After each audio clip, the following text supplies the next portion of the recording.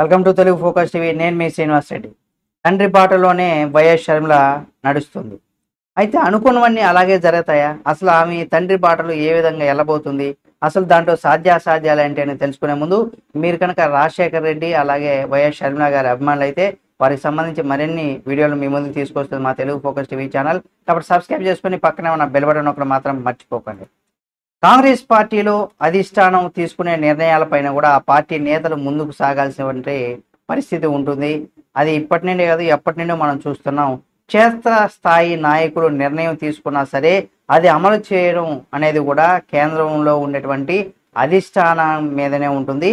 రాష్ట్ర రాజకీయాల గురించి, పథకాల అమలు గురించి చర్చించేది కావచ్చు, దిశానిర్దేశం చేస్తూ ఉంటుందని కూడా చెప్పుకోవచ్చు.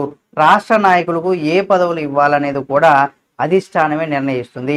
అయితే గతంలో రాజశేఖర రెడ్డి కాంగ్రెస్ పార్టీ అధిష్టానానికి రాష్ట్రానికి రప్పించేలాగా కూడా చేశారు. అంత పెద్ద జాతీయ పార్టీని కూడా లెక్క చేయకుండా ప్రజా పాలన సాగించారని కూడా చెప్పుకోవచ్చు.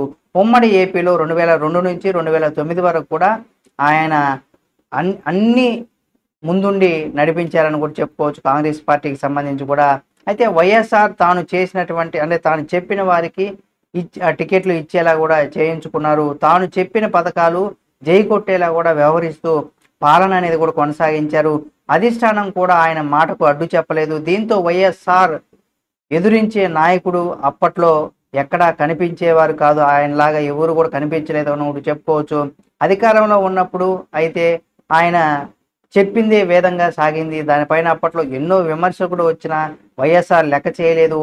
ఇప్పుడు ఆయన బాటలో ఏపీ వైసీపీ జగన్మోహన్ రెడ్డి గారు వచ్చారనేసి కూడా అందరూ అనుకున్నారు. కానీ ఆ తర్వాత మనం చూసినట్లయితే ఆ రకంలో రాజశేఖర రెడ్డి తనయుడుగా జగన్మోహన్ రెడ్డి అంతా మంచి చేస్తారని అందరూ కూడా భావించారు. కానీ అనూహ్యంగా ఆయన సంక్షేమ పథకాలకు పెద్దపీట వేశారు. అందులో కొంతమందికి వచ్చి కొంతమందికి రాగా దాంట్లో కూడా అక్రమాలు ఏవేవో రకరకాల వార్తలు అయితే ఉన్నాయి. అందులో ఎంత వాస్తవం ఉంది ఏమనేది పక్కన కనుక పెడితే అయితే రాజశేఖర రెడ్డి బాటలో వైఎస్ జగన్ అయితే వెళ్తున్నారని అందరూ భావించారు. కానీ చివరిగా మళ్ళీ 2024 ఎన్నికల్లో కూటమి ప్రభుత్వానికి అధికారాన్ని కట్టబెట్టే విధంగా కూడా ఆయన చేసుకున్నారని చెప్పుకోవచ్చు. కానీ రాజశేఖర రెడ్డి బాటలో ఇప్పుడు వైఎస్ షర్మిల గారు నడుస్తున్నారనేది కూడా తెలుస్తుంది. ప్రస్తుతం ఢిల్లీ పర్యటనలో ఉన్నటువంటి షర్మిల గారు రాష్ట్రంలో కమిటీలు ఏర్పాటు చేసేందుకు జిల్లా స్థాయిలో ఇన్ఛార్జీలను పెట్టేందుకు కూడా సిద్ధమయ్యారు. తనకు నచ్చిన వారికి, తాను మెచ్చిన వారికి పదవులు కూడా కూర్చోబెట్టే ప్రయత్నం అయితే షర్మిల గారు చేస్తున్నారని కూడా ఒక ప్రచారం అయితే జరుగుతుంది. అయితే గతంలో వైఎస్ఆర్ అనుసరించినటువంటి విధానాన్నే షర్మిల కూడా పాటిస్తున్నారని కూడా చాలా మంది నేతలు అయితే విమర్శిస్తున్నారు. ప్రస్తుతం మొత్తం 52 మంది నేతలు జాబితాల్లో కూడా షర్మిల గారి జాబితాలో ఉన్నారు. ఆమె అధిష్టానం ముందు కూడా నిలబెట్టారు. ఒకవేళ షర్మిల జాబితాను కాంగ్రెస్ అధిష్టానం ఓకే చెబితే ఏపీలో షర్మిలకు మద్దతు ఇచ్చే నాయకులే ఉంటారు. వైఎస్కు ఇచ్చినటువంటి ప్రాధాన్యత షర్మిలకు కూడా ఇవ్వనున్నట్టుగా మనం చెప్పుకోవచ్చు. కానీ ఇక్కడ షర్మిల ఇప్పుడు వ్యక్తిగత ఎజెండాతో ముందుకు సాగుతున్నారు తప్ప పార్టీని ఎప్పుడు కూడా బలపరచలేకపోయారు కూడా. దీంతో అధిష్టానం షర్మిల జాబితాను పక్కన పెట్టేందుకు కూడా ప్రచారం జరుగుతుంది.